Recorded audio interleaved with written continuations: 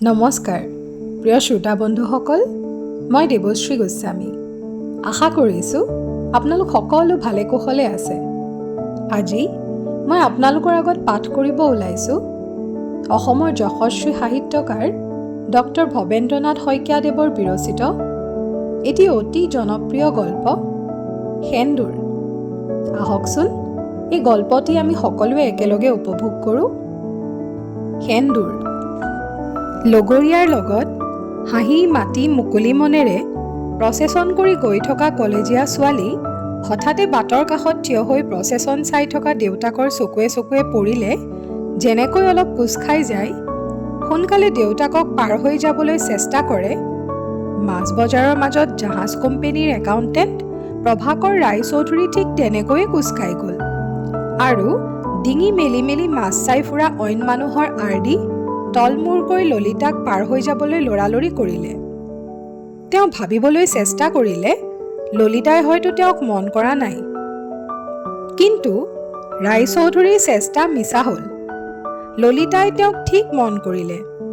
মন কৰিলেতো কৰিলেই, আনকি ওচৰৰ পাজৰৰ আৰু 10জনে শুনাকৈ চিঞৰি তাই ৰায়চৌধুৰীক মাতো লগালে। বেচা দামতকৈ কম দাম দিয়া গ্ৰাহক এজনক পৰিষ্কাৰ মাতেৰে নাই নহ'ব, নোৱাৰিম, আমাৰ কিনা দামেই নপৰে বুলি উত্তৰটো দি ললিতাই ওচৰৰ বাল্টিটোৰ পৰা পানী একাজুলি সন্মুখৰ মাছকেইটাৰ গাত ছটিয়াই দিছিল। তাৰপিছত গা ধুৱাওঁতে কেঁচুৱাৰ গাত হাত ফুৰোৱাৰ নিচিনাকৈ মাছকেইটাৰ গাত হাত ফুৰাইছিল। তাই এইখিনি কাম কৰি থকা সময়খিনিত মাছৰ গাত পৰি থকা মাখিবিলাকে সৰুকৈ এটা পাক ফুৰি আহিল আৰু ললিতাৰ হাত ফুৰোৱা হোৱাৰ পিছতে সিহঁতে আকৌ বহিলহি। এইবাৰ ললিতাই মাখি খেদোৱাৰ উদ্দেশ্যে মাছ চিলাবলৈ ৰখা তমালমুঠি দুবাৰমান বিচনী চলোৱা দি চলাইছে। ঠিক এনে সময়তে তাইৰ প্ৰভাকৰ ৰায়চৌধুৰীৰ ওপৰত চকু পৰিল। ৰায়চৌধুৰী মানুহৰ আৰে আৰে আঁতৰি যাব খোজা দেখি তাইৰ সন্দেহ হ'ল, মানুহজনে তাইক নেদেখিলেই নেকি। সেইকাৰণে ৰায়চৌধুৰী বেছি আঁতৰ হ'বলৈ নপাওঁতেই তাই ডাঙৰকৈ মাত লগালে, আহক বাবু। ললিতাৰ মাতত একেলগে কেইবাজনো বাবুৱে তাইলৈ উভতি চালে। কাক মাতিছে ধৰিব নোৱাৰি তেওঁলোকে ইজনে সিজনৰ মুখলৈ চোৱাচুই কৰিলে। তাৰপিছত চিৰাচৰিত প্ৰথামতে বুহাৰীয়ে গ্ৰাহক মাতিছে বুলি ধৰি লৈ দিহাদিহি গুচি গ'ল। প্ৰভাকৰ ৰায়চৌধুৰীয়ে মোকো মতা নাই বুলি ধৰি লৈ তেওঁলোকৰ লগতে গুচি যাব পৰা যায় নেকি এবাৰ ভাবি চালে, কিন্তু তেনেকৈ ধৰি লোৱাৰ তেওঁৰ কোনো উপায় নাছিল। ললিতাই তেতিয়াও অত্যন্ত লাজকুৰীয়া হাঁহি এটা মুখত লৈ আগ্ৰহসনা দৃষ্টিৰে তেওঁলৈ চাই আছিল। ৰায়চৌধুৰী থিয় হৈ ৰ'ল। তমাল এডালত সাঙুৰি দিয়া মাছ এচকল বাওঁ হাতত ওলমাই মানুহ এজন তেওঁৰ কাষেদি পাৰ হৈ গ'ল। মাছ টুকুৰাত তেজ বিৰিঙি আছিল। কাষেদি যাওঁতে কেনেবাকৈ চুৰিয়াত তেজ লাগে বুলি ৰায়চৌধুৰীয়ে অকণমান আঁতৰি দিলে। কেইমুহূৰ্তমান ললিতাৰ ওচৰ চাপি নোযোৱাকৈ থকাৰ এইটো এটা তেওঁ চেলু পালে, কিন্তু তাৰ পিছত তেওঁৰ আৰু উপায় নাথাকিল। ললিতাই তেওঁক পৰিষ্কাৰকৈ মাতিছে। তাই এতিয়াও অতি আগ্ৰহেৰে তেওঁলৈ চাই আছে আৰু মাজত এনেকুৱা কোনো কাৰণ নাই যে তেওঁ তাইৰ ওচৰ চাপি নগৈ থিয় হৈ থাকিব পাৰে নাইবা আনফালে গুচি যাব পাৰে। অতি সংকুচিতভাৱে 40 বছৰীয়া ৰায়চৌধুৰীয়ে 60 বছৰীয়া মানুহৰ নিস্তেজ খোজেৰে ললিতাৰ ওচৰ চাপি গ'ল। মাছ বজাৰত এইটো অৱস্থাত ললিতাৰ মুখামুখি হ'বলৈ ৰায়চৌধুৰীৰ অকণো ভাল লগা নাছিল। ললিতাক তেওঁ এনেই দিনটোত অন্ততঃ এবাৰ হ'লেও দেখে। তেনেকৈ যোৱা 5 বছৰে তেওঁ তাইক দেখি আহিছে আৰু ললিতাৰ গিৰিয়েক নন্দ আৰু শাহুৱেক আজলি বুঢ়ীক ৰাতিপুৱা গধূলি দেখি থকা তেওঁৰ 7 বছৰৰো ওপৰ হৈছে। ৰায়চৌধুৰী আৰু নন্দ ললিতাহঁতৰ ঘৰ ওচৰা ওচৰি, মাজেদি অতত উৱলি যোৱা জেওৰা এখন। আজলি বুঢ়ীয়ে মাজনিশা উঠি তামোল খুন্দিবলৈ ল'লে ৰায়চৌধুৰীহঁতে গম পাই থাকে। ৰায়চৌধুৰী আৰু তেওঁৰ পত্নী মণিকাৰ মাজত কিবা তৰ্কাতৰ্কি হ'লে উত্তেজিত অৱস্থাটো দুয়ো মাতটো সৰু কৰি ৰাখে যাতে ললিতাহঁতে নুশুনে। চিঞৰি বাখৰি গালি সপনি পাৰি কাজিয়া কৰাটো নন্দ ললিতা আজলি বুঢ়ীহঁতৰ কাম। সেইটো কাম সিহঁতে কৰেও যথেষ্ট। ৰায়চৌধুৰীৰ ঘৰৰ সীমাতে লাগি থকা মাটিডোখৰ কোনো এক আধ্যৱন্ত মহাজনৰ মাটি। বিভিন্ন চহৰত মহাজনৰ বহুত মাটি। সমুদ্ৰগামী জাহাজৰ দুষ্ট নাবিকে ডেকাকালত বিভিন্ন বন্দৰত অৰ্জন কৰা অবৈধ বান্ধৱীৰ নিচিনাকৈ পৰি আছে। জীৱিত কালত মহাজনে খা খবৰ হিচাপ পাতি কৰা নাই। মৃত্যুৰ পিছত তেখেতৰ সতি সন্ততিয়ে কৰিব। মহাজনৰ এক ভাগিনীয়েকৰ অনুমতি লৈ 7 বছৰৰ আগতে নন্দই ৰায়চৌধুৰীৰ ঘৰৰ সীমাতে এটা খেৰ বাঁহৰ ঘৰ সাজি মাকৰে সৈতে থাকিবলৈ লৈছে। যোৱা 7 বছৰৰ ভিতৰত ঘৰটো 3বাৰ উৰুখিছে। বৰষুণৰ পানীয়ে পেনপেনীয়া কৰি থৈ যোৱা মজিয়াত খোজ কাঢ়োতে কাঢ়োতে আজলি বুঢ়ীৰ ভৰিৰ আঙুলিৰ চেপবিলাক পানীয়ে খাই ভেকুলীৰ পিঠিহেন কৰিছে। অকণমান পাকঘৰটোৰ বেৰকেইখন তলচোৱা মাটি আৰু পানীত জহি গৈছে। পিৰালিটো খহি যোৱাৰ লগে লগে বেৰবোৰো খহি গৈছে। গোটেই পাকঘৰটো এফালে হালি গৈছে। খেৰবাহ অলপমানৰ যোগাৰ হয় মানে এইখিনি দিনলৈ বুলি নন্দই পাকঘৰটোত 2ডাল বাঁহৰ ঠেকা লগাই থৈছিল। আজি 1.5 বছৰ হ'ল। ঠেকা 2ডালো লাহে লাহে পচি আহিছে। খেৰবাহ গোটোৱা হোৱা নাই। নন্দৰ এখন চাইকেল আছে।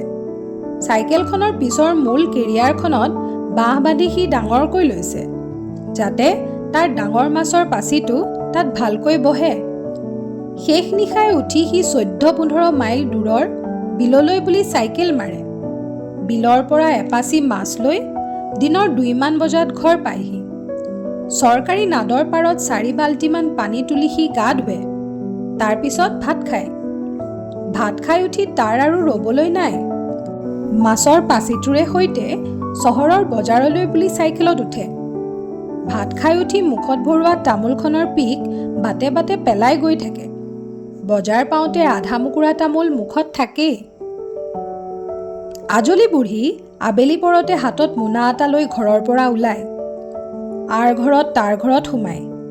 বাটৰ মানুহৰ লগত কথা বতৰা পাতি পাতি গধূলিৰ আগে আগে বুঢ়ী টুকটুককৈ বজাৰ ওলাইগৈ। অলপ সময়ৰ কাৰণে বুঢ়ী মাছৰ পাচিটো ৰখীয়া হয়। সেইকণ সময়তে নন্দই চাউল পাতৰ বজাৰখন কৰি আনি বুঢ়ীৰ হাতত দিয়ে। যিদিনা বেচা কিনাৰ লক্ষণ ভাল যেন দেখে, সেইদিনা নন্দই পাচিটোৰ অৱশিষ্ট মাছখিনি লুটিয়াই বগৰাই তাৰ মাজৰ পৰা ব্যৱসায়ত লোকচান হ'ব নলগীয়া সৰু মাছ 2টামানো মোনাটোত ভৰাই দিয়ে। বাটৰ কাষে কাষে বিজুলী চাকিৰ পোহৰত খুপি খুপি বুঢ়ী ঘৰলৈ উভতে। ৰাতি 8মান বজাত নন্দহঁতৰ পাকঘৰৰ বেৰৰ জলঙাই দি সস্তীয়া খৰিৰ দমদমকৈ জ্বলা জুইৰ পোহৰ ওলাই আহি ৰায়চৌধুৰীহঁতৰ চূণ দিয়া বেৰত পৰে। সেই সময়ত মণিকাই প্ৰায়ে ল'ৰা ছোৱালী দুটাক ভাত খুৱায়। ল'ৰা ছোৱালী দুটাৰ জঞ্জাল মাৰি বিচনাত তুলি থৈ আহিব পাৰিলেই মণিকাই তেওঁক ভাত খাবলৈ মাতিব। এই আশাতেই ৰায়চৌধুৰী আগফালৰ বাৰাণ্ডাৰ চকী এখনত বহি থাকে আৰু মন গ'লে মাত এষাৰ লগায়, ভাত ৰান্ধিছে বাই? ভিতৰৰ পৰা আজলি বুঢ়ীয়ে কয়, জুইকুৰা জ্বলাই দিছোঁ বোপাই। ভাতেই হয় নে কিয়েই হয় জানো। বুঢ়ীৰ উত্তৰবিলাক তেনেকুৱাই। অভিজ্ঞতাই বুঢ়ীৰ উত্তৰবিলাকক তেনেকুৱা গঢ় দিছে। কেতিয়াবা ভাতখিনি উতলি থাকোঁতেই যদি দপদপকৈ বৰষুণ এজাক আহিল, বৰষুণৰ পানীয়ে বাগৰি আহি চৌকাটোত আশ্ৰয় লয় আৰু বুঢ়ী 33 কোটি দেৱতাক ঠুকুচি ঠুকুচি বিচনাত উঠেগৈ। কেতিয়াবা হঠাতে কাহটো উঠিলে বুঢ়ী কাহি কাহি লালকাল হৈ পৰে। বিচনালৈ যোৱাৰ আগতে জুইকুৰা নুমুৱাই যাব নোৱাৰিলে ভাত সিজি সিজি লুঠুৰি হয়, আৰু নুমুৱাই যাব পাৰিলে নন্দই বজাৰৰ পৰা আহি আধা সিজা ভাতৰ তলত নতুনকৈ জুইকুৰা দিয়ে। তৰকাৰী বহোৱাৰ আগতে চৰুটোত বালি অলপমান ভাজি ফটাকানি এখনৰে টোপোলা কৰি সি শুই থকা বুঢ়ীৰ বুকুত দি থৈ আহেগৈ। ৰায়চৌধুৰীয়ে মাজে মাজে বুঢ়ীক সোধে, বাই, এই বয়সত এইটো দেহাৰে তুমি কি ভাত ৰান্ধিবা? দৰাৰ বিয়া পাতি নোলোৱা কিয়? গোটেই ঘৰখন বোৱাৰীৰ হাতত গতাই দিব পোৱা, তুমি বহি বহি খাই থাকিব পোৱা, সেইটোহে নিয়মৰ কথা। বুঢ়ীয়ে কেতিয়াবা বিৰক্তিত মুখ জোকাৰে, হ'ল আৰু দিয়া, বোৱাৰী আহি আমাক ৰান্ধি বাঢ়ি খুৱাব, সেইসোপা আশাকে বুকুত বান্ধি মৰিশালি পামগৈ। বুঢ়ীৰ বিৰক্তি নন্দৰ ওপৰত। নন্দই হেনো এবাৰ বোলে পইচাহে গোট খোৱা নাই, এবাৰ বোলে তাৰ নিচিনা টুকুনালৈ কোনে ছোৱালী দিব, এবাৰ বোলে বোৱাৰী আনি থবহি কোনটো বঙলা ঘৰত। এইবোৰ বাৰে বাং কৰা কথা গাই থাকে। বুঢ়ীৰ মতে নন্দৰ এইবোৰ চল। তাৰ মনৰ আচল কথা কি সেইটো নন্দ আৰু ঈশ্বৰেহে জানে। বিয়া কৰোঁ বুলিলে ছোৱালীৰ কি আকাল লাগিছে। সৌবিলাক বাটৰ ভিকহুৱে জানো বিয়া পতা নাই। সিহঁতৰ মনত নন্দৰ অৱস্থা ভালেই। সিটো অন্য হলেও দুবেলা দুমুঠি খুৱাব পাৰিব। কেতিয়াবা বুঢ়ীয়ে দুখ কৰে। অকলশৰীয়া ঘৰটোত তেওঁৰ দিনটো নেযায় নোপোৱাই লাগে। নাতি পোৱালি দুটা এটামান থকা হলেও সিহঁতৰ আল পৈচান ধৰি সময় নিয়ালেহেঁতেন। ৰায়চৌধুৰীয়ে বুঢ়ীৰ এইকণ দুখ নোকোৱাকৈও বুজে। কেতিয়াবা তেওঁ ধেমালিৰ চলেৰে নিজৰ ল'ৰা ছোৱালী দুটাক দেখুৱাই কয়, তোমাৰ নাতি পোৱালিহঁত আহে মানে ইহঁতকে নাতি বুলি ভাবাচোন। সেইটো কথা ক'বই নালাগে। প্ৰথম সন্তানটো কোলাত লৈ মণিকা হাস্পতালৰ পৰা উভতি অহাৰ পিছত এৰাতি কেঁচুৱাটোৰ কান্দোন বন্ধ নহয়হে নহয়। আজলি বুঢ়ীৰ এনেই টোপনি কম। তেওঁ বিচনাতে ইচাত বিচাত কৰিবলৈ ধৰিলে। ৰায়চৌধুৰীহঁতে জানোচা আমনি পায়। সেই ভয়তে বুঢ়ী বিচনাতে পৰি থাকিল। নহলে তেওঁ ৰাতিয়ে উঠি আহোঁ আহোঁ কৰিছিল। ৰাতিপুৱাই তেওঁ চাওঁ কি হ'ল বুলি ৰায়চৌধুৰীহঁতৰ ঘৰ ওলালহি। কেঁচুৱাটোৰ কি হ'ল মণিকা আৰু ৰায়চৌধুৰীয়ে ক'ব নোৱাৰিবাতো। হাঁচি এটা আহিলেও হস্পিতাললৈ লৰ মৰা মানুহ তোমালোকে কি হৈছে কেনেকৈ ক'বা বুলি আজলি বুঢ়ী কেঁচুৱাৰ কাষ চাপিল। সময়মতে ৰায়চৌধুৰীয়ে ডক্তৰ মাতি আনিলে। ঔষধ পৰামৰ্শ দি ডাক্তৰ গ'লগৈ। আজলি বুঢ়ীয়ে 7 দিনলৈ ডাক্তৰ কম্পাউণ্ডাৰ হস্পিতালৰ 14 পুৰুষ উদ্ধাৰি ভুৰ ভুৰাই থাকিল। তেওঁৰ পৰামৰ্শ মতে কেঁচুৱাৰ ডিঙিত এডাল কলা সূতা ওলমিল, সূতাৰ মূৰত ওলমিল এটা সৰু টোপোলা। বুঢ়ীৰ মতে বাঘ নখ এটা পোৱা হলে আৰু ভাল আছিল। সৰিয়হ আৰু শুকান জলকীয়াৰে বুঢ়ীয়ে কেঁচুৱাৰ মুখ লগা ভাঙিলে। মণিকাই সদায় ৰাতিপুৱা দুৱাৰ দলিৰ মাটিৰে কেঁচুৱাৰ কপালত ফুট দিয়া কৰিলে। এসময়ত কেঁচুৱাৰ কান্দোন কমি গ'ল। মণিকাহঁতে কি ভাবিলে ঠিক নাই। আজলি বুঢ়ীয়ে কিন্তু সদায় দাবী কৰি থাকিল, এই যে টোপোলাটো ডিঙিত ওলমি আছে সেইটোৱেহে কেঁচুৱাক ৰাখি আছে। ডাক্তৰে খুওৱা ঔষধ সোপা এতিয়াও তাইৰ পেটতে ৰৈ আছেনে? নাই, কেতিয়াবাই পানী হৈ গ'ল। পিছলৈ আজলি বুঢ়ীৰ কাম আৰু বাঢ়িল। দ্বিতীয় সন্তানটোৰ জন্মৰ পিছত মণিকাৰ স্বাস্থ্য বেয়া হৈ গ'ল। কেঁচুৱা দুটাৰ স্বাস্থ্যও ৰায়চৌধুৰীৰ মনটো সদায় দমাই ৰাখিলে। ৰাতিপুৱা বিচনা এৰি আহিবলৈ মণিকাৰ এলাহ লাগে। গাটোত কিবা বল নোহোৱা যেন লাগে। ৰায়চৌধুৰীয়ে বন কৰা অকণমান ছোৱালীজনীৰ লগ লাগি কেঁচুৱাৰ ধুৱা পখলা চম্ভালে। নিজৰ ঘৰৰ কাম বন শেষ কৰি আহি আজলি বুঢ়ীয়ে এবাৰ দুৱাৰেদি ভুমুকি মাৰি মণিকাক চায়। তাৰপিছত কেঁচুৱা এটা কোলাত লৈ বকি থাকে। ডেকা গাভৰু মানুহ, খোৱাৰ চিন্তা নাই, পিন্ধাৰ চিন্তা নাই। ৰাতিপুৱাৰ পৰা গধূলিলৈকে হাড় ভাঙি কামো কৰিব নালাগে। তহঁতে বিচনা এৰিব নোৱাৰ কিয়? সৌবিলাকৰ নিচিনা পেনকৈ এজাক ল'ৰা ছোৱালী হ'লহেঁতেন তেও এটা কথা। তহঁতৰ বয়সৰ মানুহে কোলাত এটা পিঠিত এটা লৈ দপদপাই ফুৰিব লাগিছিল।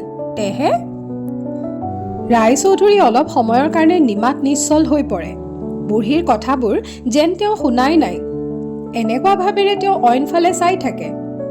বুঢ়ীৰ কথাবোৰ তেওঁ নিজৰ গাত সানি ল'বলগীয়া একো নাই। সেইবোৰ কথা তেওঁৰ গাত নেখাটে। তেওঁ নিজেই স্বাস্থ্যৱান মানুহ, 6 ফুট ওখ। পাঞ্জাবী চোলাটোৰ কাৰণে 4 গজ কাপোৰ পুৰা লাগে। একালত তেওঁ মিলিটাৰীত যোগ দিয়াৰ কথা ভাবিছিল। মাকে যাবলৈ নিদিলে। এতিয়াও তেওঁ 2টা কেঁচুৱা কিয়? মণিকাকো অনায়সে মাটিৰ পৰা 8 ফুট ওপৰলৈ তুলি ধৰিব পাৰে। বুঢ়ীৰ কথা তেওঁৰ গাত নালাগে, কিন্তু মনত লাগে। জাহাজ ঘাটৰ অফিচৰ পৰা উভতি আহোঁতে আবেলি তেওঁ বাহিৰে চিনাকি ডাক্তৰৰ লগত মণিকাৰ স্বাস্থ্যৰ বিষয়ে পৰামৰ্শ কৰে। কেতিয়াবা কাগজেৰে মেৰিয়াই পাঞ্জাবীৰ জেপত এবটল শক্তিকাৰক ঔষধ লৈ আহে। বুঢ়ীৰ কথা মণিকায়ো বিচনাৰ পৰাই শুনে। তেওঁ লগে লগে একো নকয়। কেতিয়াবা অইন কথা প্ৰসংগত ৰায়চৌধুৰীক কয়, বুঢ়ীজনীয়ে বৰ বেছি কথা কয়। মুখ মেলিবলৈ পালে বন্ধ নকৰে। দুপৰীয়া সময়কণ অকণমান নিৰ্জনজাল বহি থাকিবৰ মন গ'লেও উপায় নাই। ৰায়চৌধুৰীয়ে কথাটো পাতলাই দিবৰ চেষ্টাৰে কয়, কি কৰিবা, বুঢ়ী মানুহ, নাহিবা বুলিনো কেনেকৈ ক'বা। কিন্তু বুঢ়ীক নাহিবা বুলি ক'বলগীয়া নহ'ল। এবাৰ হঠাতে ৰাতিপুৱা গধূলি তেওঁ ৰায়চৌধুৰীৰ ঘৰলৈ অহা কমি গ'ল। তেওঁ ভগা ঘৰটোৰ ভিতৰতে কথা পতাৰ লগ ওলাল। কেইদিনমানৰ কাৰণে ব্যৱসায় বন্ধ ৰাখি নন্দ ক'ৰবালৈ গৈছিল। উভতি আহোঁতে খবৰ ওলাল সি বিয়া কৰাই আনিছে। ঠিক বিয়া কৰাই অনা নাই, ছোৱালীৰ বংশ পৰিয়াল ওচৰ চুবুৰীয়া সকলোৰে অনুমতিক্ৰমে সকলোকে সেৱা সৎকাৰ জনাই সি ছোৱালীজনী একেবাৰে লগত লৈ আহিল। হৈচৈ কৰি বিয়া পতাৰ সামৰ্থ্য ছোৱালী ঘৰৰো নাই, নন্দৰো নাই। কইনালৈ নন্দ ঘৰ সোমালহি ৰাতি, বোধহয় লাজত। ৰায়চৌধুৰী আৰু মণিকাই ৰাতিপুৱাৰে পৰাই খিৰিকীৰ পৰ্দাৰ সুৰুঙাই দি জুমাজুমি কৰি থাকিল। কইনাজনীনো কেতিয়া পিছফালে ওলাই তাৰে আশাত। মণিকাইতো এবাৰ অধৈৰ্য হৈ আজলি বুঢ়ীক মাতিবলৈকে ওলাইছিল। ৰায়চৌধুৰীয়ে মানা কৰিলে। কইনা আনি সুমুৱাবলৈ নন্দই ঘৰটোৰ আগফাল পিছফালে নতুনকৈ আৰবেৰৰ একো ব্যৱস্থা কৰা নাছিল। গতিকে ৰায়চৌধুৰীহঁতে দেখাকৈ পিছফালে নোলোৱাকৈ থকাৰ কইনাৰ কোনো উপায় নাছিল। এসময়ত তাই ওলাল। খিৰিকীৰ পৰ্দাৰ আঁৰত মণিকা আৰু ৰায়চৌধুৰী কেইমুহূৰ্তমান স্তব্ধ হৈ ৰ'ল। তাৰপিছত ৰায়চৌধুৰী আঁতৰি আহিল। মণিকাৰ কিন্তু ইমান সোনকালে চোৱা নহ'ল। তেওঁ পৰ্দাখন অলপ আঁতৰাই ধৰিলে, ছোৱালীজনী ভালকৈ চাই লোৱাৰ চেষ্টা কৰিলে। নন্দকো কেইদিনমানলৈ বৰ বেছিকৈ বাহিৰত দেখা নগ'ল। বিশেষকৈ ৰায়চৌধুৰীৰ কাৰণে তাৰ বৰ লাজ লাগে। মানুহজনৰ মুখামুখি হ'লে সি সেমেনা সেমেনি কৰে। আগৰ নিচিনাকৈ সি শেষ ৰাতিলৈকে বিললৈ ওলাই যায়, কিন্তু গোটেই পাচি মাছ পাইকাৰী দৰত অন্যক বেছি দি বজাৰ সমাৰ কৰি আবেলিতে ঘৰলৈ উভতে। ৰাতি বজাৰ ভঙাৰ সময়ত তাৰ লগত অইন মাছ বেচা মানুহে ঘৰলৈ উভতোতে তাৰ খবৰ লয়। কিয় নন্দ, তই বোলে কইনাজনী চাইকেলৰ কেৰিয়াৰখনতে বহুৱাই লৈ আহিলি? নন্দৰ কইনাজনীৰ নাম ললিতা। গাঁৱৰ ৰ'দ বতাহ বৰষুণে ধুৱাই পঠিওৱা তাইৰ গাৰ মিঠা বৰণ, বয়সে খোপনি পোতা ভৰপূৰ দেহা, উজ্জ্বল স্বাস্থ্য। ডিঙিত তাই এডাল সোণালী ৰঙৰ মণি পিন্ধে। মণিডাল চুটি। চাদৰখন ওপৰলৈ ভালকৈ তুলি ল'লেও বাখৰ খটুৱাত দুগদুগিটো চিকমিককৈ জিলিকি থাকে। হাত দুখনত দুপাত দুপাতকৈ খাৰু। সোণৰ যেন লাগে, কিন্তু কেইদিনমানৰ ভিতৰতে মণিকাই আৱিষ্কাৰ কৰিলে সোণৰ নহয়, তামৰ ওপৰত সোণৰ পানী চৰোৱা। নন্দই ক'ৰবাৰ পৰা এটেমা বৰ উজ্জ্বল ৰঙৰ সেন্দুৰ যোগাৰ কৰিছে। ৰাতিপুৱা গা ধুই ললিতা পিছফালে ওলাই আহিলে গছৰ পাতৰ কোনোবা সুৰুঙাই দি ৰাতিপুৱাৰ পোহৰ মাত্ৰ এপাহ পলাশ ফুলত পৰাহি যেন লাগে। কমাৰ্চৰ গ্ৰেজুৱেট ৰায়চৌধুৰীয়ে কেতিয়াবা পিছফালে ইখন সিখন কৰি থকা ললিতালৈ অলপ সময় চাই থাকি মণিকাই শুনাকৈ অথচ নিজকে কোৱাৰ নিচিনাকৈ কয়, কেনেকুৱা এটা ঘৰত কেনে সুন্দৰ ছোৱালীজনী পৰিছেহি দেখিছা? ইকৰা এডাল সলনি নকৰাকৈও গোটেই ঘৰখন সলনি হৈ গৈছে। কলেজৰ 2টা বছৰত ৰায়চৌধুৰীতকৈ বহুত বেছি সক্ৰিয়ভাৱে সাহিত্য চৰ্চা কৰা মণিকাই লগে লগে উত্তৰ দিয়ে, বোকাৰ পদুম ফুল। মণিকাই কেতিয়াবা কয়, ইকৰা এডাল সলনি নকৰাকৈয়ে ঘৰখন সলনি কৰিবলৈ চেষ্টা কৰাটো নন্দৰ ভুল হৈছে। সি অন্ততঃ মানুহজনীক মুকলি মুৰুৱাকৈ ওলোৱা সোমোৱাৰ সুবিধাৰ কাৰণে আৰবেৰ অকণমানৰ ব্যৱস্থা কৰি ল'ব লাগিছিল। ৰায়চৌধুৰীয়ে কয়, ওচৰে পাজৰে মানুহেই নাই, আৰবেৰ কাৰ কাৰণে? মণিকাই অলপ টান মাতেৰে সোধে, আমি মানুহ নহয় নেকি? এনেকুৱা অৱস্থাত ৰায়চৌধুৰীয়ে সদায় একেষাৰ কথাকে কয়, আহা তুমি কথাটো বুজা নাই। নতুন আৰবেৰ দিয়াটো নহ'লেই বৰঞ্চ দুয়ো ঘৰৰ মাজত থকা আধা ভঙা জেওৰাখনো ৰায়চৌধুৰীহঁতৰ দ্বিতীয় সন্তানটোৰ মুখত ভাত দিয়াৰ সময়ত উঠি গ'ল। নিমন্ত্ৰিত মানুহক খুওৱা বোৱা ঠাইডোখৰ ঠিক কৰোঁতে জেওৰাখন তুলিবলগীয়া হ'ল। অন্নপ্ৰাশনৰ দিনা ঢলপুৱাৰে পৰা মাজনিশালৈকে ললিতাই ৰায়চৌধুৰীহঁতৰ ঘৰত অক্লান্তভাৱে খাটিলে। ঠাই ঘৰ সাৰি পুচি সকলো জঞ্জাল মাৰি ৰাতি 12মান বজাত ললিতা গুচি যোৱাৰ পিছত আনকি মণিকায়ো ক'বলৈ বাধ্য হ'ল, মানুহজনী নোহোৱা হ'লে আজি মোৰ অৱস্থা বেয়াই হ'লহেঁতেন। ইয়াৰ পিছত কেইবছৰমানত দুয়োখন ঘৰৰ অৱস্থাৰ বহুত সাল সলনি হ'ল। মণিকাৰ পেটৰ অসুখটোৱে স্থায়ীভাৱে বাহ ল'লে।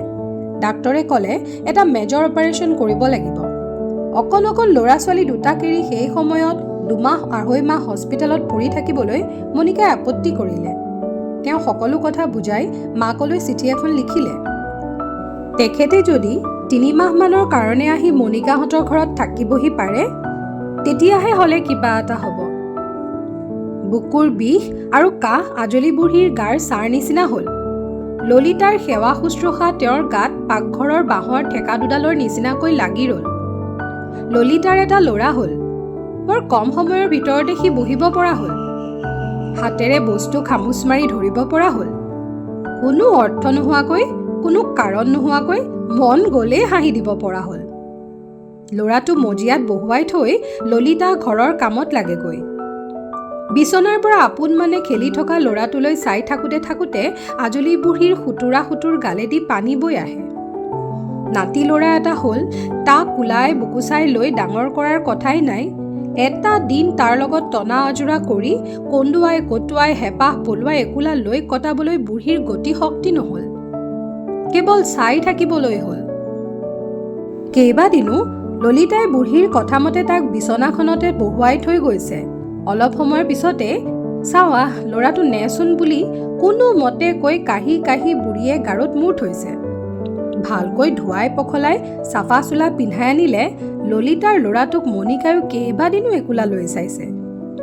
ল'ৰাটোৰ হাত ভৰিবোৰ নুদুকা, গাটো মঙহেৰে লুডুৰ পুদুৰ। গোটেই ল'ৰাটো বৰ গধুৰ। মণিকাই বেছি সময় লৈ থাকিব নোৱাৰে। তাৰোপৰিও কোলাত উঠি সি এক মুহূৰ্তও শান্তিৰে নাথাকে। সি যেনেকৈ হাত ভৰি জোকাৰে পেটৰ বিষটোৰ কাৰণে মণিকাৰ ভয় লাগে। নন্দৰ চাইকেলখন এসময়ত বেয়া হৈ গ'ল। এদিন দোকানলৈ নি ভাল কৰাই ল'লে 7 দিনমান চলে, তাৰপিছত আকৌ বেয়া হয়। শেষত চাইকেলখন 3-4 টকীয়া মেৰামতিৰ বাহিৰ হৈ গ'ল। নন্দৰ ঢল পোৱাতে বিললৈ যোৱাৰ বাট মৰিল। সি দুপৰীয়া খাই বৈ উঠিয়ে বজাৰলৈ যায়। মাছৰ বজাৰলৈ সোমোৱা বাটটোৰ মুখতে বহি থাকে। বিলৰ পৰা চাইকেলৰে কেৰিয়াত মাছ অনা মানুহৰ পৰা এপাচি মাছ পাইকাৰী দৰত কিনি লয় আৰু নিজে বহি ৰাতি 8 মান বজালৈকে বেচে। 8 বজাৰ পিছত সি বজাৰ সমাৰ কৰি ঘৰলৈ উভতে। তেতিয়াহে ললিতাৰ ৰন্ধা বঢ়াৰ এটাইখিনি বস্তু গোট খায়। কেৱল বজাৰৰ বস্তুখিনিৰ কাৰণেই ইমান সময়লৈকে বহি থাকিবলৈ ললিতাৰ বেয়া লাগে। কিন্তু টোপোলাটো দি পঠিয়াবলৈও নন্দৰ তেনেকুৱা জনা শুনা মানুহো নাই। ললিতাই কেইদিনমান কথাটো ভাবিলে। প্ৰথমতে তাইৰ লাজ লাগিল। তাৰপিছত এদিন ইয়াতনো আৰু লাজৰ কথা কি আছে বুলি আবেলি মাছৰ বজাৰ ওলালগৈ আৰু বজাৰৰ টোপোলাটো লৈ পোহৰে গুচি আহিল। মণিকাৰ অসুখ লাহে লাহে বেছি হৈ আহিল। আগৰ বন কৰা ছোৱালীজনী গুচি গ'ল। তাইৰ সলনি যিজনী ছোৱালী আহিল তাই বয়সত আৰু সৰু, একেবাৰে বেঙী। কথা এষাৰ ক'লে বুজি নাপায়, কাম বনৰো ভু নাপায়। এসময়ত দেখা গ'ল ঘৰখনৰ এফাল কামৰ জঞ্জাল ললিতাই সামৰিছে। বিচনাত শুই মণিকাই চাপৰি ঠাই সাৰি থকা ললিতাক পিছফালৰ পৰা চায়। চাপৰি থাকোঁতে কান্ধৰ পৰা চাদৰখন খহি পৰিলে তাইৰ গাটোলৈ চায়। মণিকাৰ এনেকুৱা লাগে যেন কেতিয়াবা ভুলতে আকাশৰ তৰা দুটামান খহি পৰিলেও ললিতাৰ গাৰ এটিল মানো মঙহ নখহে। ৰামধেনুখন হেতা পৰিলেও ললিতাৰ গাৰ ৰং হেতা নপৰে। মণিকাৰ বিৰক্তি লাগে। কেতিয়াবা ধৈৰ্য ধৰি থাকিব নোৱাৰা হ'লে তেওঁ ৰায়চৌধুৰীক কয়, অলপ জনা বুজা ল'ৰা এটা বা ছোৱালী এজনী নাপায়নে? ৰায়চৌধুৰীয়ে একো বুজিব নোৱাৰি সোধে, কিয়? মণিকাই বিৰক্তিৰে কয়, মই পৰি থাকোঁ। ঘৰখনত ক'ত কি হৈ আছে চকু ৰাখিবলৈ কোনো নাইকিয়া হৈছে। ক'ত কি হৈছে চকু ৰাখিব পৰা ল'ৰা বা ছোৱালী ৰায়চৌধুৰীয়ে যোগাৰ কৰিব নোৱাৰিলে। এবাৰ মণিকাই মাকলৈ টানকৈ চিঠি লিখিলে। তেখেত যেনে তেনে আহে। অপাৰেশ্যন হৈ যোৱাই ভাল। মৰে যদি মৰিব, এনেকৈ বাচি থকাটো ঠিক নহয়। মাক আহিল। হস্পিটেললৈ যোৱাৰ আগতে মণিকাই ব্যৱস্থা কৰিলে ল'ৰা ছোৱালী দুটাৰ লগত মাকে ঘৰতে থাকিব। হস্পিটেললৈ অহা যোৱা খা খবৰ কৰা কাম ৰায়চৌধুৰীয়ে নিজে কৰিব। মাকৰো বেছি পৰিশ্ৰম কৰিব পৰা স্বাস্থ্য নহয়। বন কৰা ছোৱালীজনীক একাষৰীয়াকৈ মাতি আনি মনে মনে দুটামান কথা ক'ব খুজি মণিকা হঠাতে ৰৈ গ'ল। তেওঁৰ সংকোচ লাগিল। অন্ততঃ বন কৰা ছোৱালীজনীক এইবোৰ কথা ইমান খোলাকৈ ক'বলৈ তেওঁৰ মন নগ'ল। তেওঁ কথাটো ঘূৰালে, ক'লে, সেই মানুহজনী আহিলে তাই ওচৰে পাজৰে থাকিবি, বুজিছ? ইমানবোৰ দামী দামী বস্তু আছে, কেনেবাকৈ। ছোৱালীজনীয়ে অবাক দৃষ্টিৰে শলাগি থলে। ললিতাক তাই বাইদেউ বুলি মাতে। ঘৰখনত মণিকা আইদেউৰ লগত তাই যিমান সময় থাকে, ললিতা বাইদেউৰ লগতো সিমান সময় থাকে। ললিতা বাইদেউ অইন এঘৰৰ মানুহ বুলি তাই ভবাই নাই। সেইজনী মানুহে এইখন ঘৰৰ দামী দামী বস্তু চুৰ কৰিব? ছোৱালীজনী এনেয়ে বেঙি, তাই কথাবোৰৰ আগগুৰি একো বুজি নাপালে। আৰু বোধ হয় বুজিবৰ কাৰণে এদিন তাই ললিতাক কথাটো ক'লে। ললিতাই ল'ৰাটোৰ চুলিখিনি আঁচুৰি আছিল। ল'ৰাটোৰ মূৰত হাতখন থৈ তাই স্তব্ধ হৈ গ'ল। এক অদ্ভুত যন্ত্ৰণাত তাইৰ বুকুখন মুচুকা খাই উঠিল। তাইনো বাৰু সেইখন ঘৰৰ কি বস্তুত হাত দিব? তাইৰ এইটো ল'ৰা আছে, দুমুঠি ভাতৰ যোগাৰ কৰিবলৈ নন্দৰ গাত অফুৰন্ত শক্তি আছে। খোৱাৰ কষ্ট, থকা ঘৰৰ কষ্টৰ পৰা তাইক আঁতৰাই ৰাখিবলৈ নন্দৰ বুকুত অইন এটা মৰমৰ আতুমটোকাৰী ঘৰ আছে। তাইক আৰু কি লাগিছে?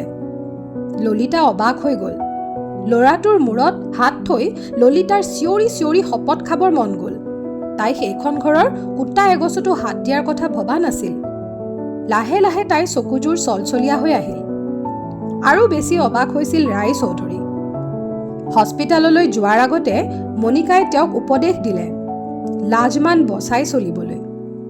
নন্দই যেন মুখ মেলিবলৈ নেপায়। হঠাতে চাকৰিৰ পৰা বৰখাস্ত কৰাৰ নটিচ পোৱাৰ নিচিনাকৈ ৰায়চৌধুৰী হতভম্ব হৈ গ'ল। এক মুহূৰ্ত অবাক দৃষ্টিৰে মণিকালৈ চাই থাকি তেওঁ সুধিলে, কিয়, কি হ'ল? মণিকাই নিৰ্বিকাৰ কণ্ঠৰে ক'লে, একো হোৱা নাই। একো নহ'লেও কিবা এটা হৈছে বুলি ক'বলৈ সেইবিলাক মানুহৰ কিমান সময় লাগিছে? আৰবেৰডিৰ ঘৰৰ মানুহক ঘৰত চম্ভালি ৰাখিবলৈ বল থাকক নেথাকক, পিছত ঘৰৰ ভিতৰৰ পৰা মাছ বজাৰলৈকে চিঞৰ বাখৰ কৰিবলৈ সিহঁতৰ বহুত বল ওলাব। মণিকাক আৰু এষাৰ কথা সুধিবলৈও ৰায়চৌধুৰী সাহ নহ'ল।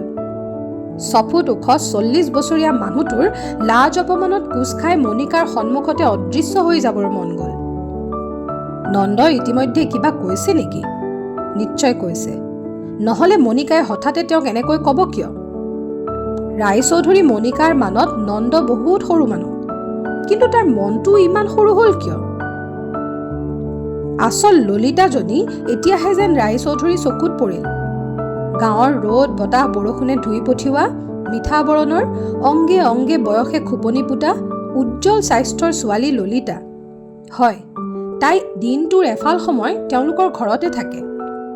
এবাৰ ৰায়চৌধুৰীৰ সন্দেহ হ'ল, ললিতা ঘৰৰ এৰাল মূৰ পুলুকা দি লোকৰ বাৰীত সোমোৱা দুষ্ট ছাগলী নেকি?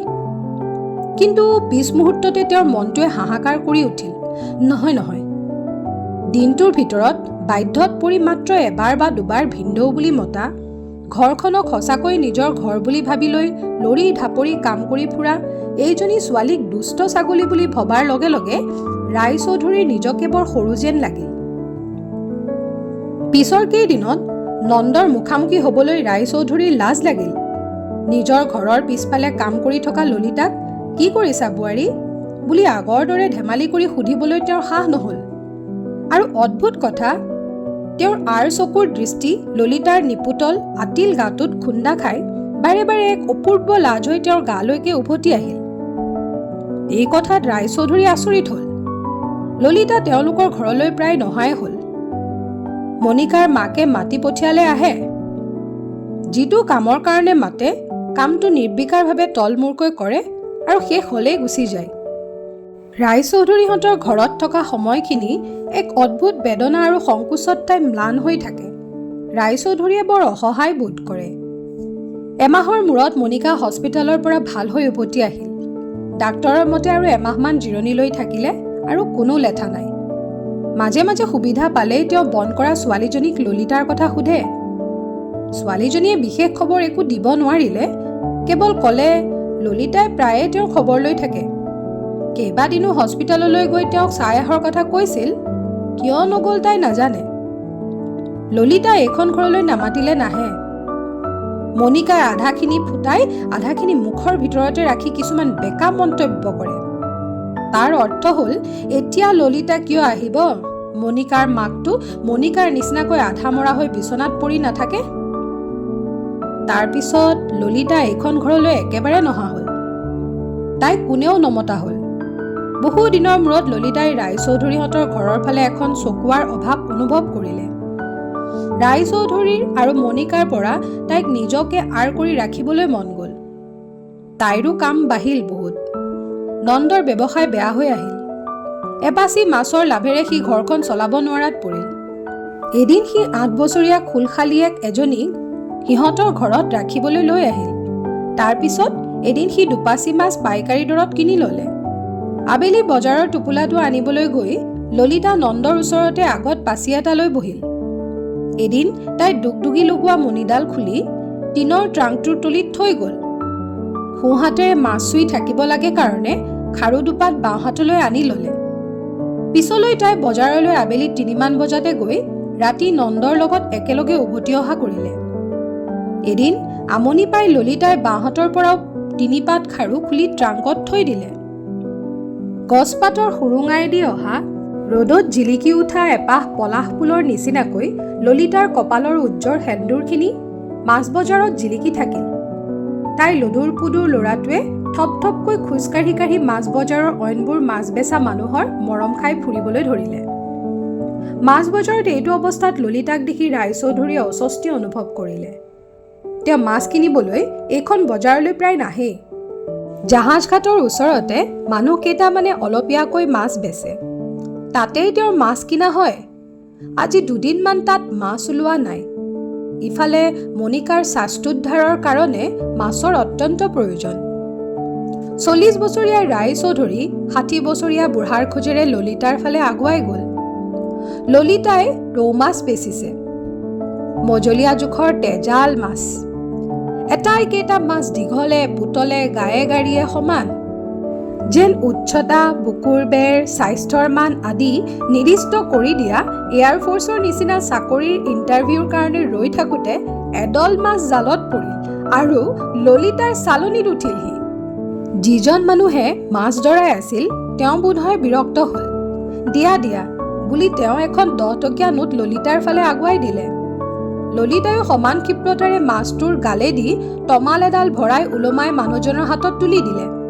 তাৰ পিছত ললিতাই 5 টকীয়া নোট এখন মানুহজনক উভতাই দি উঠিছে। ঠিক এনে সময়তে ৰায়চৌধুৰী গৈ তাইৰ সন্মুখত থিয় হ'ল। মাছ নিব নেকি ভিনদেউ? নিয়ক, আজি মাছকেইটা ভাল, ললিতাই ক'লে। কথাষাৰৰ লগে লগে তাইৰ মুখত লাজ, ভয়, সংকোচ, উৎসাহ সকলোবোৰ মিহলি হৈ এটা অদ্ভুত শীতল হাঁহি বিৰিঙি উঠিল। ৰায়চৌধুৰীয়ে বুকুত এটা মৃদু বেদনা অনুভৱ কৰিলে। কি কাৰণত তেওঁ নিজেই ঠিককৈ বুজিব নোৱাৰিলে। তেওঁৰ বৰ বেয়া লাগিল। কথা ক'ব খোজোতে তেওঁ কথাবোৰ ডিঙিৰ ওচৰত ৰৈ যোৱা যেন পালে। কওঁ নকওঁকৈ তেওঁ ক'লে, মাছটো নিব লাগিছিলে, কিমান দাম কৰিছা? ললিতাই লগে লগে তমাল এডাল হাতলৈ তুলি ল'লে। তাৰ পিছত আপোনাকনো আৰু দামৰ কথা কি ক'ম, নিয়কচোন বুলি তাই মাছ এটা চিলাই পেলালে। ৰায়চৌধুৰীয়ে ক'লে, তথাপিতো কোৱাচোন। ললিতাই মাছটো ৰায়চৌধুৰীৰ হাতত তুলি দি ক'লে, দিয়ক, আপোনাৰ যি মন যায় তাকেই দিয়ক বাবু। ৰায়চৌধুৰীৰ বৰ অস্বস্তি লাগিল। সেই মুহূৰ্তমান দুধুৰ-মুধুৰ অৱস্থাত থকাৰ পিছত তেওঁৰ মগজত এটা বুদ্ধি খেলালে। খুচুৰা টকা থকা স্বত্তেও তেওঁ এখন 10 টকীয়া নোট ললিতাৰ হাতত দিলে। ললিতাই মাছটোৰ দাম 3 টকা ৰাখিলে। ৰায়চৌধুৰীয়ে লগে লগে আপত্তি কৰিলে, নহয়, এইমাত্ৰ তুমি ইয়াৰ লগৰ মাছ 5 টকাত বেচিছা, মই নিজেই দেখিছোঁ। ললিতাই ক'লে, সেইটো বেলেগ কথা ভিনদেউ, আজি আমাৰ বেচা কিনা ভাল। মাছখিনি কিনাও হ'ল ভাল দামত, বেচাও গৈছে ভাল দামত। মই লোকচান ভৰি আপোনাক দিয়া নাই নহয়, নিয়ক ভিনদেউ। ৰায়চৌধুৰী সেই একে অস্থিৰতাৰে যাওঁ নাযাওঁকৈ আঁতৰি যাব খুজিছে। এনেতে ওচৰৰ পৰা মানুহ এজনে সুধিলে, কিমান দিলে মাছটোত? ৰায়চৌধুৰী থতমত খাই গ'ল। সোধা মানুহজন বুহাৰীৰ লগত দৰদাম কৰি মাছৰ দাম ঠিক কৰাতকৈ গ্ৰাহকৰ পৰা কিনা দামটো জানি লোৱা কৌশলৰ পক্ষপাতী। ৰায়চৌধুৰীয়ে সংকুচিত দৃষ্টিৰে লগে লগে ললিতালৈ চালে। ললিতাৰ চকুটো একে অসহায় মিনতিৰ দৃষ্টি ফুটি উঠিল। মানুহজনৰ মুখলৈ নোচোৱাকৈ 5 টকা বুলি কৈ ৰায়চৌধুৰী লৰালৰিকৈ আঁতৰি গ'ল। মাছ বজাৰৰ পৰা বাহিৰলৈ ওলোৱা বাটৰ মুখতে ৰায়চৌধুৰীৰ লগত জাহাজ কোম্পানীৰ মেনেজাৰ চাহাবৰ মুখামুখি হৈ গ'ল। মেনেজাৰ নিজে বজাৰ কৰিবলৈ অহা দেখি ৰায়চৌধুৰী আচৰিত হ'ল। মাছটো লৰালৰিকৈ বাওঁ হাতলৈ আনি তেওঁ সোঁ হাত কপাললৈ তুলি মেনেজাৰক নমস্কাৰ জনালে। কিন্তু তাৰ পিছতে মেনেজাৰে যেতিয়া মাছটোৰ দাম কিমান ল'লে বুলি সুধিলে, তেতিয়া তেওঁ আকৌ থতমত খাই গ'ল। জাহাজ কোম্পানীৰ কৰ্মচাৰীৰ দুখ দুৰ্দশা বৰ্ণাই অধিক দৰমহা আৰু বনাছৰ কাৰণে 7 দিনমানৰ আগতে যিখন দৰখাস্ত মেনেজাৰৰ হাতত দিয়া হৈছে, তাত ৰায়চৌধুৰীৰ চহীটো প্ৰথমে আছে। সেইজন মেনেজাৰৰ লগত 5 টকীয়া মাছ এটাৰে সৈতে মুখামুখি হোৱাটোক তেওঁ ধৰা পৰি যোৱা যেন পালে। তেওঁ লাহেকৈ ক'লে, 4 টকা ছাৰ। 4 টকা? জাহাজ কোম্পানীৰ হিচাপী মেনেজাৰ উৎফুল্লিত হৈ উঠিল। 4 টকাত ভাল মাছ পাইছা দিয়া, আছেনে আৰু ইয়াৰ লগৰ মাছ? এইমাত্ৰ মুক্তি পোৱা কয়দীয়ে বাহিৰৰ জেলখানালৈ উভতি চোৱাৰ দৃষ্টিৰে ৰায়চৌধুৰীয়ে এবাৰ মাছ বজাৰৰ ফালে উভতি চালে। তাৰ পিছত সহজ হ'বলৈ আপ্ৰাণ চেষ্টা কৰি ক'লে, জানো ছাৰ, নাই হ'বলা। মানুহ এটাই এইবোৰ মাছ বেচি এই মাছটোকে লৈ বহি আছিল। এটা মাছ লৈ বহি থাকিবলৈ আমনি লাগিল হ'বলা, সেইকাৰণে অলপ কম দামতে দি দিলে যেন পাওঁ। তোমাৰ কপাল ভাল আছিল বুলি সেমেকা হাঁহিৰে মেনেজাৰ বজাৰলৈ সোমাই গ'ল। 2টা জিয়া ফাঁকি দি ৰায়চৌধুৰীৰ বিৰক্তি লাগিল। চকুত লগা মাছ এটা চহৰৰ মাজেদি এনেকৈ ওলমাই নিয়া এনেয়ে বিড়ম্বনাৰ কথা। তাতে মাছটোৰ দামটোৱে তেওঁক বেছি বিব্ৰত কৰিব। এবাৰ তেওঁ ভাবিলে চিনাকি দোকান এখনৰ পৰা পুৰণি খবৰ কাগজ এখন খুজি তাৰে মাছটো মেৰিয়াই ল'ব নেকি। কিন্তু তাতকৈ বজাৰ এলেকাৰ পৰা যিমান সোনকালে পৰা যায় আঁতৰি যোৱাৰ প্ৰয়োজনটো তেওঁ বেছিকৈ অনুভৱ কৰিলে। তেওঁ বেগ দিলে। বাটৰ প্ৰায়বোৰ মানুহে মাছটোলৈ চালে। বহুত অচিনাকি মানুহে মাছটোৰ দামটো সুধিলে। ৰায়চৌধুৰীয়ে নিৰ্বিকাৰভাৱে 5 টকা 5 টকা বুলি কৈ আগবাঢ়িল। পাৰ্কখনৰ ওচৰৰ চাৰিআলিটো ঘূৰাৰ পিছতে সিফালৰ পৰা আহি থকা মোহন পেস্কাৰে ৰায়চৌধুৰীক বিশেষকৈ হাতত থকা মাছটো দেখি মুখখন কাণৰ ওচৰলৈকে মেলি হাঁহি দিলে। তাৰ পিছত তেওঁ এক ৰহস্যময় সুৰত ক'লে, মাছ খাইছে আৰু। মানুহটো ৰায়চৌধুৰীৰ ওচৰৰ ইটো চুবুৰীৰ মানুহ। তেওঁৰ ঘৈণীয়েকজনী বৰ ভাল মানুহ। মণিকাৰ অসুখৰ সময়ত প্ৰায়ে খবৰ ল'বলৈ গৈছিল। 2 দিনমান হস্পিটেললৈকো গৈছিল। ঘৈণীয়েকৰ লগত মোহন পেস্কাৰো কেইবাদিনো ৰায়চৌধুৰীহঁতৰ ঘৰলৈ গৈছিল আৰু ঘৰত কাম বন কৰি থকা ললিতাৰ আঁতিগুৰি লৈ ৰায়চৌধুৰীৰ লগত তাইৰ সম্পৰ্কে অশোভনীয় ৰসিকতা কৰিছিল। মানুহটোৰ কথাষাৰ শুনিয়েই ৰায়চৌধুৰীৰ খং উঠি গ'ল। তথাপি তেওঁ হাঁহিবৰ চেষ্টা কৰি ক'লে, পালে নাখাম নেকি? মোহন পেস্কাৰে কথাৰ সুৰত আৰু ৰহস্য মিহলাই চকুত অৰ্থপূৰ্ণ ইংগিত সানি সুধিলে, দাম ল'লেনে নাই? ৰায়চৌধুৰীয়ে অত্যন্ত সহজভাৱে ক'লে, লৈছে, 3 টকা লৈছে। এই লেতেৰা মনৰ মানুহটোক তেওঁৰ ফাঁকি দিবলৈ মন নগ'ল। প্ৰথমবাৰৰ কাৰণে তেওঁ মাছটোৰ সঁচা দাম ক'লে। ঘৰ পাবলৈ বেছি দূৰ নাছিল। এইকণ বাট ৰায়চৌধুৰীয়ে আৰু বেগ দিলে। সনাতন উকিলে গেটৰ ওচৰত তেওঁৰ কনিষ্ঠ সন্তানটোক ৰাস্তাৰ বস্তু দেখুৱাই দেখুৱাই ইংৰাজী শিকাইছিল। দূৰৰ পৰা ৰায়চৌধুৰীক মেন আৰু হাতত ওলমাই অনা বস্তুটোক ফিজ বুলি কৈ উঠি তেওঁ ডাঙৰকৈ সুধিলে, কি হে, ঘৰত ভোজ তোজ কিবা পাতিছা নেকি?